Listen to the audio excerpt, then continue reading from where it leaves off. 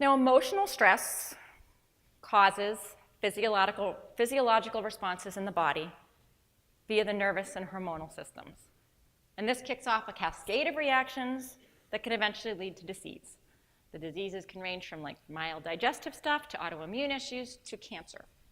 There have been study after study showing that stress and a bad mental state leads to illness. This dis-ease, right, leads to disease. Dis-ease leads to disease. Now, I think, yeah, common knowledge that illness is aggravated by stress. Now, if you look at the psychology of illness, remember when I was giving myself daily shots and I was thinking, every day I'm telling myself, I'm sick, I'm sick, I'm sick. And I never, after I finally got well, I didn't talk about MS because it didn't come up. Unless when I went on the show alone, they keyed in on that. They said, oh, you're doing this with MS. And that for me was a real test for myself as well. That's when the story came out that I had MS. Before that, I never talked about it. It wasn't a part of my identity. And I feel that illness can so easily become so much part of your identity that you forget who you are. And that's where maybe a lot of patients are at.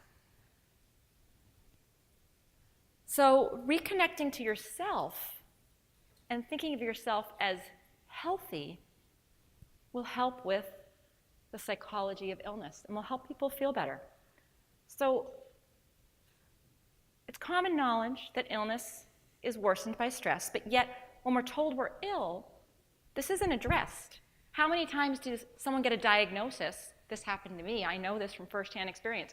And all of a sudden, you're sicker. It's not hypochondria. I'm not a hypochondriac. When people are told they're sick, they get sicker. It's the mind.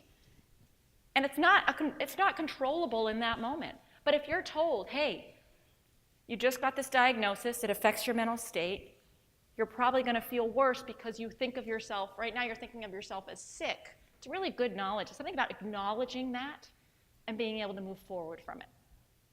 And here are some tools, gratitudes, mindfulness, sit spot, etc., that can help with your illness directly by changing your mindset.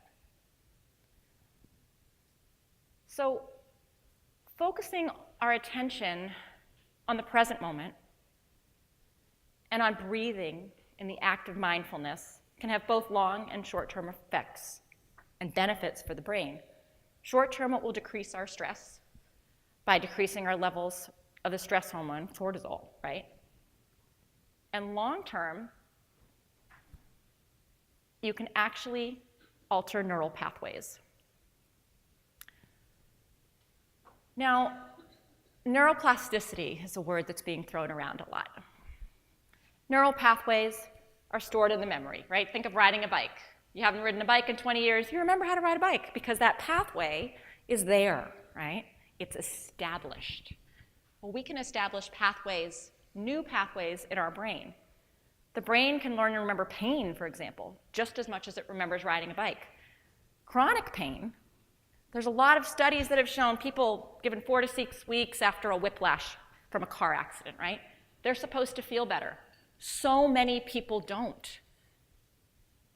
They're not faking it, but they're not actually in pain anymore. What has happened is that pain pathway is telling them that they're in pain.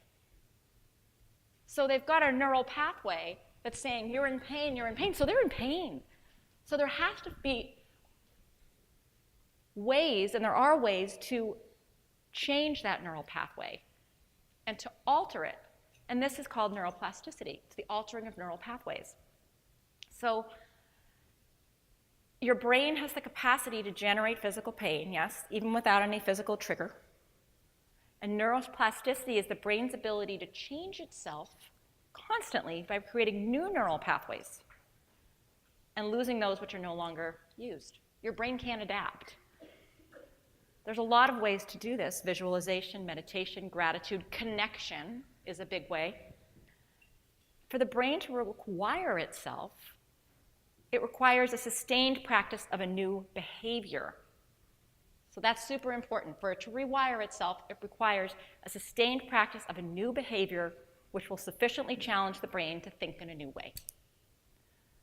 So pressing the pause button on our hectic daily lives and helping simplify our brain's work can have a surprising impact on its ability to grow and change. Mindfulness and mind-body connection work. Now, until recently, it was believed that the human brain, which is about 100 billion neural cells, could not generate new ones. The old model assumed we were born with a finite number of brain cells. When a brain died, no new cell grew in its place. This is pretty common. The old model is no longer relevant. It's been proven that certain areas of your brain can generate new cells, neurogenesis, as well as create new neural pathways. So how do you do this? How do you change those neural pathways? It's the same thing I was talking about before. It's three things: connection to self, connection to others, connection to nature. That's what it is.